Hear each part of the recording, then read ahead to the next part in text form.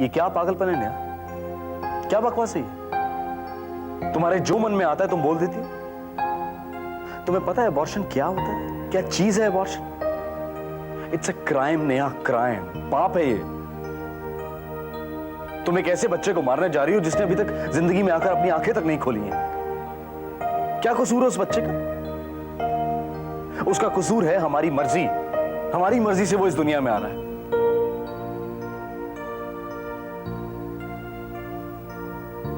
क्या इससे ये प्रॉब्लम सॉल्व हो जाएगी? कम से कम मुझ पे ये इल्जाम तो नहीं होगा कि मैं इन दोनों बच्चों में फर्क कर रही हूँ। नेहा, नेहा, ये तुम पर इल्जाम नहीं है। तुमसे सिर्फ इतना कहा जा रहा है कि अगर मान लो तुम्हारी औलाद पैदा हो जाने के बाद कहीं ऐसा हो गया कि,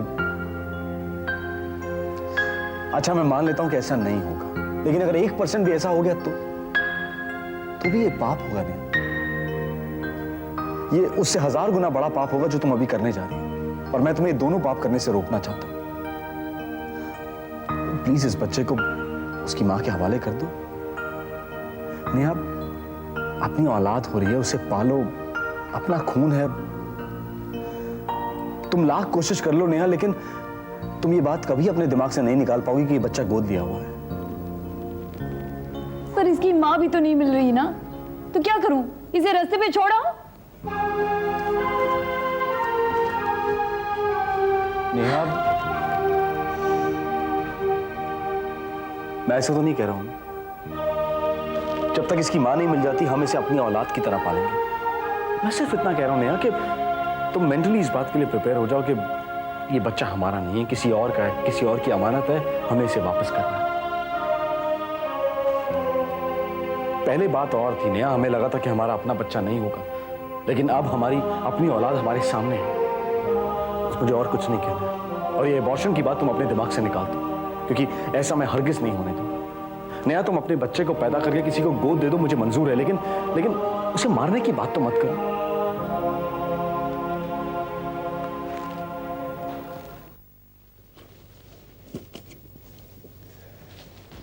कहीं जा रहे हो? हाँ। कहाँ?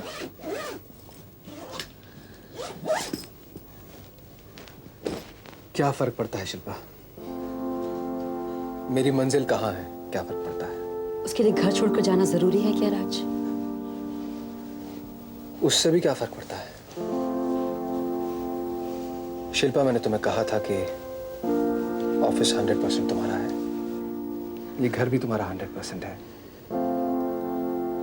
सवाल ये उठता है कि हम एक दूसरे के लिए कितने परसेंटेज हैं। घर, ऑफिस, जायदाद, जितनी भी बेजान चीजें हैं, हम उन्हीं के लिए लड़ रहे हैं। तो कसूर मेरा है क्या राज? क्या ये सब मैंने शुरू किया है? मैंने तुम्हें कितना रोकने की कोशिश की, कितना समझाना चाहा, लेकिन तुमने कुछ नहीं सुना। अभी भी देर नहीं हुई है राज। शिल्पा, मैं मानता हूं कि गलती मेरी है। मैं ये भी मानता हूं कि कसूरवार मैं हूं, और इसका गिल्ट है मुझे, और शायद यही गिल्ट हमें साथ में रहने दे। शिल्पा, मैं नहीं जानता कि मैं प्रिया के साथ रह पाऊंगा या नहीं। मैं तो ये भी नहीं जानता कि वो क्या चाहती है, लेकिन एक बात तो तय है कि हम दोनों एक साथ एक छत के नीचे नहीं रह सकते। ये तो क्या कह रही है? पागल हो गई है क्या? ऐसी बात दिमाग में कैसे आई तेरे? ऐसी बात, जिस चीज को तू इतने बरसों से चाहती थी वो है अब, और तू उसे मारना चाहती है? ये क्या चाहती है तू? यही चाहती है ना कि ये बच्चा अपने ठिकाने पहुंच जाए, अपनी माँ के पास। अगर इसकी माँ नहीं मिली तो कोई बात नहीं, कोई बात नहीं। लेकिन वसुधा, मुझे डर है कि इसकी परवरिश में मैं फर्क न देखूं।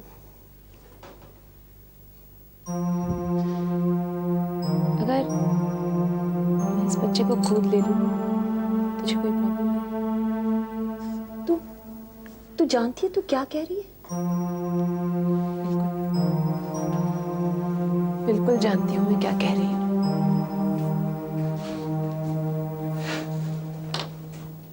मैं नहीं चाहती कि फिर से कोई वसुधा बने, या नेहा, या संगीता, या शिल्पा। ऐसा नहीं होना चाहिए।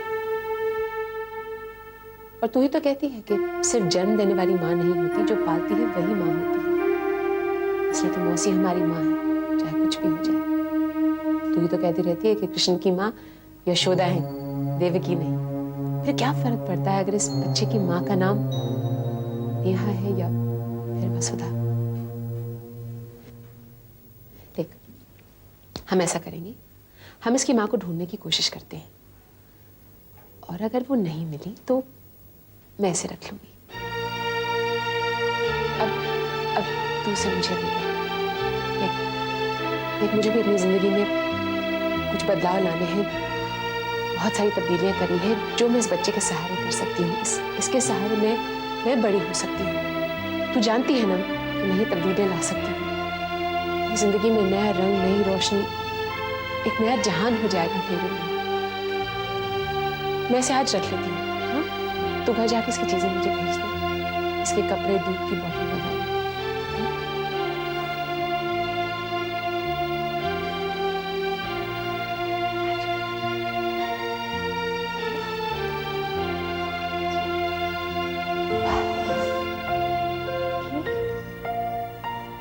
हाँ,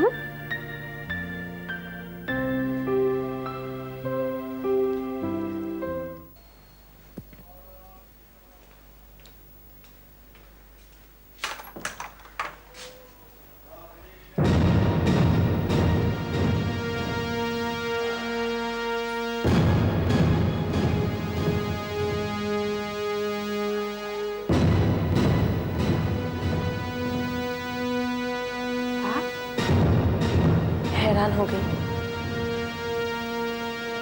राज घर पे नहीं है। मैं जानती हूँ, मैं आपसे मिलने आई हूँ। राज तो ये जानता भी नहीं है कि मैं इस शहर में हूँ, और ये जानता है कि मैं ये शहर छोड़कर जा चुकी हूँ। मैं उससे मिली तक नहीं हूँ। मैं सिर्फ आपसे 2 मिनट बात करना चाहती हूँ, उसके बाद मैं आइए।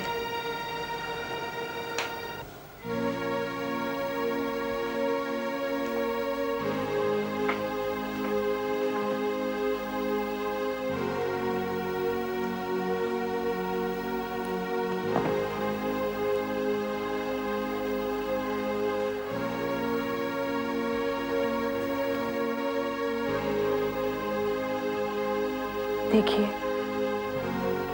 जो कुछ भी हुआ है उसकी जिम्मेदार मैं हूं। मैं अपने आप को दोषी ठहराती हूँ। आपके घर में जो दरार आई है, आपके पति का बहकना, आपके घर के टुकड़े होने, जिस दौर से आप गुजरी है, उसके लिए मैं अपने आप को दोषी मानती हूँ। मैं इसका दोष कभी राज को नहीं दूंगी, क्योंकि अगर मैं चाहती तो अपने कदमों को रोक सकती थी, लेकिन मैंने ऐसा किया नहीं। लेकिन अब मैंने फैसला कर लिया है कि मैं राज की जिंदगी से बहुत दूर चली जाऊंगी और कभी मुड़कर नहीं देखूंगी। मैं ये मानकर चलूंगी कि मेरे कदम डगमगाए थे, मैं होश में नहीं थी, मैं लड़खड़ाई थी। मैंने खुद को किसी और के हवाले कर दिया था। मैंने अपने आप को राज के हवाले किया था। उसने एक बार मुझे थामा और दूसरी बार मैंने अपने कदमों की ताकत नहीं आजमाई।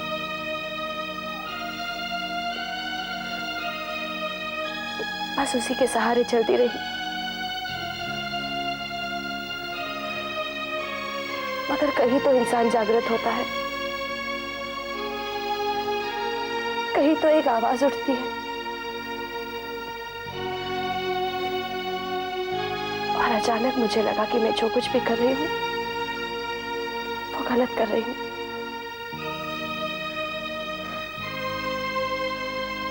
इसलिए अपने आप को गुनहगार इकरार करने कि जो कुछ भी मुझसे हुआ है उसके लिए आप मुझे माफ कर दें,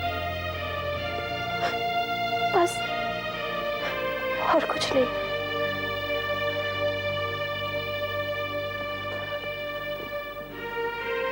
मैं चलती हूँ। मेरी वजह से आपको, आपके बच्चों को जो भी तकलीफ पहुंची है उसके लिए आप मुझे माफ कर दें। मैं तो इसका प्रायश्चित जरूर करूंगी, लेकिन आपसे भी एक विनती है कि आप मुझे माफ कर दें और अपने दिल से माफ कर दें।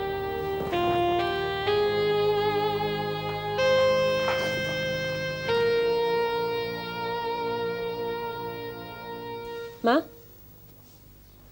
ये देखो। अरे कौन है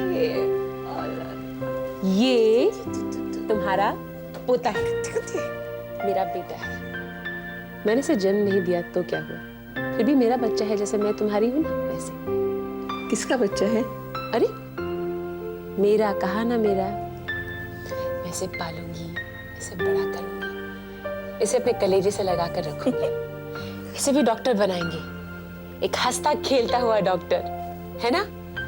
एक ऐसा डॉक्टर जिसके उसूल तो हैं ही, लेकिन वो मुस्कुराहट भी बांटे, है ना, खुशियां भी बांटे। ऐसा डॉक्टर बनाएंगे इसको।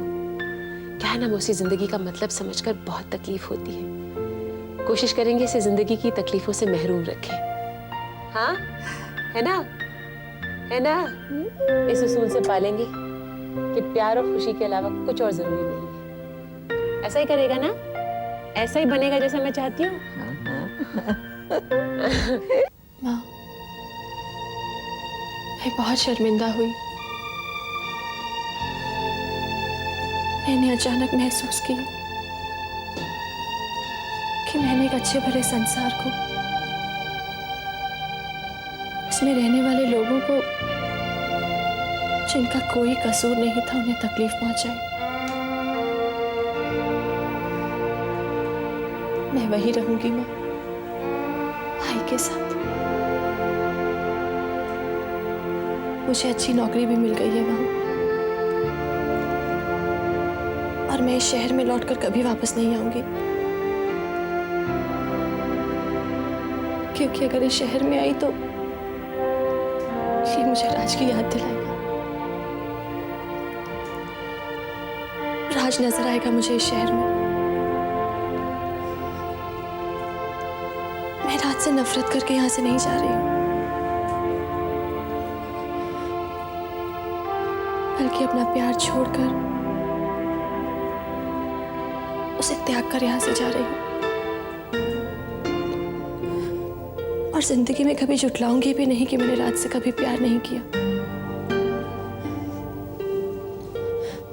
पर तुम मुझे यहां से जाने के लिए कभी नहीं रोकना, बिल्कुल भी नहीं। बाकी ये बात भी सच है जो तुमने मुझसे कही थी कि जिन तकलीफों की जिम्मेदार मैं थी, मुझे उसका सामना करना चाहिए। आज मैंने सामना कर लिया माँ।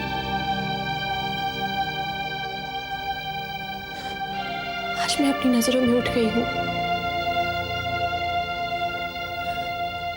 कल तक जो छुपकर चोरी से वक्त और जज्बात दोनों के साथ खेलती रही, आज नहीं।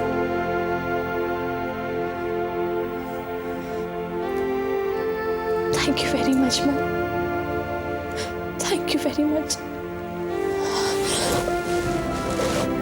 तुमने मुझे अपनी नजरों में उठा दिया, मुझे इज्जत दी।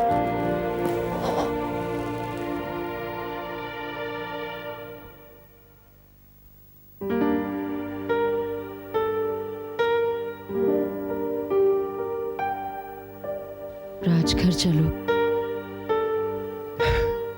तुम्हारे घर? कभी कभी तो इतनी समझदारी की बातें करते हो राज, कभी मुझे विश्वास नहीं होता कि जो राज इतना मीठा था, जिसे मैंने इतना प्यार किया, जिसमें जिंदगी जीने की इतनी लगन थी, जिसने हमेशा उगता सूरज देखा, आज ढलते हुए सूरज की तरफ देख रहा है। बच्चों जैसी बातें कर रहा है। मेरा घर तुम्हारा घर,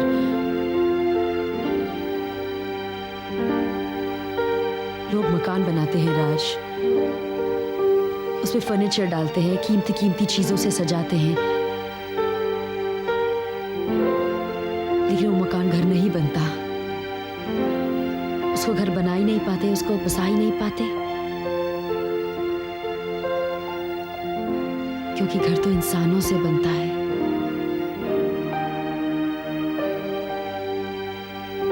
उसमें रहने वाले इंसानों को हम कहते हैं राज। तेरा मेरा इस सबसे घर नहीं बनता, और अगर एक भी इंसान ना हो उस घर में तो वो घर दोबारा मकान बन जाता है। मकान बेचे जाते हैं, खरीदे जाते हैं, घर नहीं।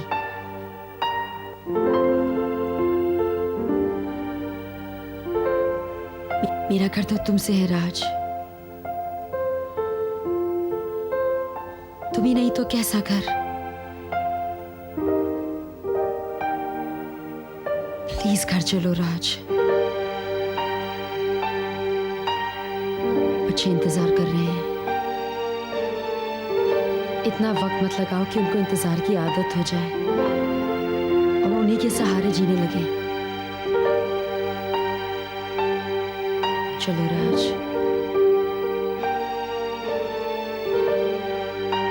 शिल्पा, मैं अब उस घर में नहीं रह सकता। राज प्लीज मेरे कहने पर बस एक बार कदम बढ़ा कर देखो, कोशिश करो। शायद दोबारा सुबह जॉगिंग जाओ, दूध की बोतल अखबार लेकर घर अंदर आओ, बच्चों को घुमाने लेकर जाओ, अपनी आदतें फिर बिखेरो घर में। बस एक बार, आई प्रॉमिस यू सब ठीक हो जाएगा।